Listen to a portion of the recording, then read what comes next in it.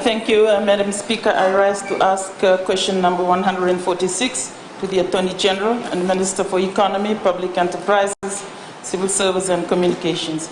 Can the Minister advise the House as to why the Ministry for the Civil Service has not presented its 2015 annual report, so to enlighten us on the progress of the civil service reform? Thank you, Madam Speaker. Thank you, Honorable Attorney General, Minister for Economy, Public Enterprises, Civil Service and Communications. You have the floor. Thank you, Madam Speaker. Madam Speaker, Ministry of Civil Service did not provide a report which did not exist in 2015. Thank you. Supplementary question, Honorable Sergeant Rondro. Madam Speaker, if it did not exist, then can the Honourable Minister explain why he had mentioned in his budget address supplement in terms of the civil service reform, which he had mentioned all these reform initiatives that he had mentioned in the 2015 supplementary budget address, Madam Speaker. Thank you. Minister. Madam Speaker, as we've known that Honourable Randondro is not very strong on logic, as we've seen with the questions, not a very strong forte. Point of order. And again, rise on point of order number 60, that the Honourable Minister focus on the question and not personalize in this House, Madam Speaker. Thank you. Thank you. Honourable Minister, would you like to withdraw that statement? No, Madam Speaker, because she didn't let me finish. Honourable Member, I really would like Honourable Members not to speak on the mental powers of other members, so please just withdraw that statement that you made. If the Honourable Member believes that I've talked about her mental powers, then I withdraw it. Thank you. But in fact, Madam Speaker, but logic is not about mental powers. If I can explain myself, Madam Speaker. Madam Speaker, the Honourable Member draws a causal effect between the existence of Ministry of Civil Service and civil service reforms. The 2015 budget estimates, Madam Speaker, just because there was no Ministry of Civil Service does not mean we cannot speak about civil service reform. That was my point. You can't talk about civil service reform without having a specific Ministry of Civil Service. And as part of the reform, Madam Speaker, in the 2016 estimates, Madam Speaker, we actually have a Ministry of Civil Service.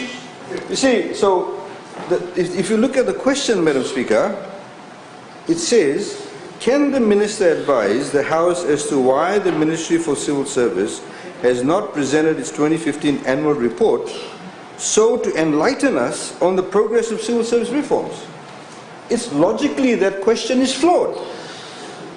If logically the question is flawed, therefore the person asking the question has not seen through the logic. That's my point. Because, Madam Speaker, as we've numerously highlighted in this Parliament, we've talked about civil service reforms on a number of occasions. Madam Speaker, we have taken the opportunity to give an update to this Parliament in the past number of months about what is happening now. We're rolling out the open merit recruitment system. We're now doing an evaluation of the comparison between the salaries paid to civil servants and the market. We now have already engaged, and we are already in the process of the evaluation of the actual salaries itself. All of this is being done, Madam Speaker. So the Honourable Member says, because the annual report was not presented, therefore we do not know what's happened in civil service reform. Well, firstly, that ministry did not exist. Secondly, if you were to assume that it did exist, the fact is we have given numerous reports to this Parliament on the civil service reform. So logically that statement is flawed. And, Madam Speaker, now we have updated the Parliament, Madam Speaker, regularly on the salary aspects. The report that was done to benchmark salaries that we are now implementing through a job evaluation process outlined in the guideline that was endorsed by the Public Service Commission in January 2017. Job evaluation of the current civil service jobs undertaken to align to new streamlined and modern civil service structure that will improve the base grade of civil servants, as well as providing consistent methodology to evaluate and remunerate jobs across the civil service. In addition, we will introduce more open and transparent approaches to recruitment and selection, giving confidence to applicants that they will be considering their merits and what they bring to the job. And also, Madam Speaker, it will mean that civil servants won't get a free ride. We hear the opposition going around making statements that civil servants should not have contracts. In nearly every facet of employment in a modern country, you have, Madam Speaker, everybody is on contract. They are the ones who come and complain. We receive complaints from members of the public saying certain civil servants aren't doing the job. But they want them to have a job for life. Madam Speaker, this is the point. This is the point. It's a political question.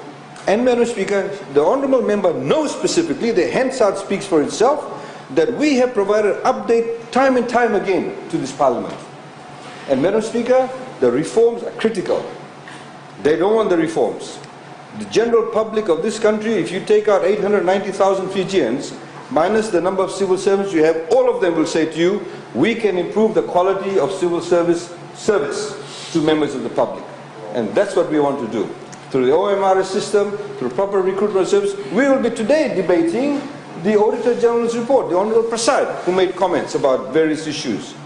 A lot of those issues need to be addressed, and a lot of those issues are being addressed also through the civil service reforms. We had incompetent people doing entries, incompetent people sitting on FMIS, but they want them to have a job without contract. You see, they don't know what they want. And the reality is that hypocrisy and that quagmire for them, because they're driven by politics, is reflected in this illogical question.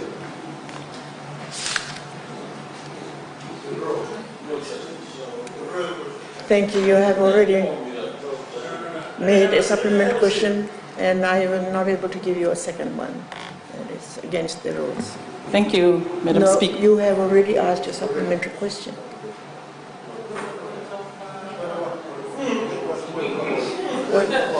Oh, thank you. Sorry. Thank yes, you, Madam you may ask a supplementary question. Thank you, Madam Speaker.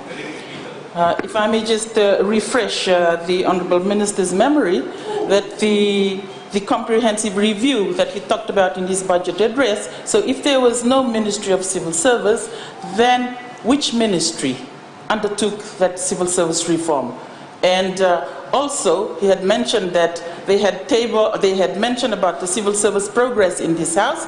For transparency and accountability, there needs to be some kind of documentation to document what you have said in the House. And that documentation would fall good if there is an annual report from whichever ministry that undertook the civil service reform. Thank you, Madam Speaker. Thank you, Honourable Minister.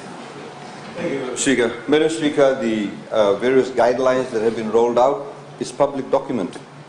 They can talk to any civil servant, they'll find the guidelines. They talk to the trade unions, they'll find the guidelines. The OMRS has been rolled out. The discipline procedures have been rolled out. All of that has been rolled out. They are public documentation. So, Madam Speaker, see, unfortunately, unfortunately, Honourable Member is used to just having reports. But, Madam Speaker, the efficient way of doing things is that when various guidelines are rolled out, they're made public. We have had consultations in respect of them. So, she's waiting for a civil service report from a ministry that does not exist.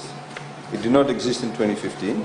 The 2016, Madam Speaker, the 2016 Auditor General's report, I understand it's already been tabled, the Civil Service, Ministry of Civil Service, in Parliament. In respect of the reports, as she knows that the report will come out is for the 2016. The calendar year of 2016 is 2017 at the moment, it will come out. So, you see, Madam Speaker, again, it's not logical. What she's asking is not logical, Madam Speaker. Thank you. Sorry, is it a point of order or supplementary? Point of order? On the relevance of being the Minister for Civil Service and saying that there's no ministry, how can you have a portfolio as a minister and then there's no ministry to work with the minister? Thank you, Madam Speaker. Order. Point of order is really on the rules and procedures of the House and not on content of the speech, and your point of order is inadmissible.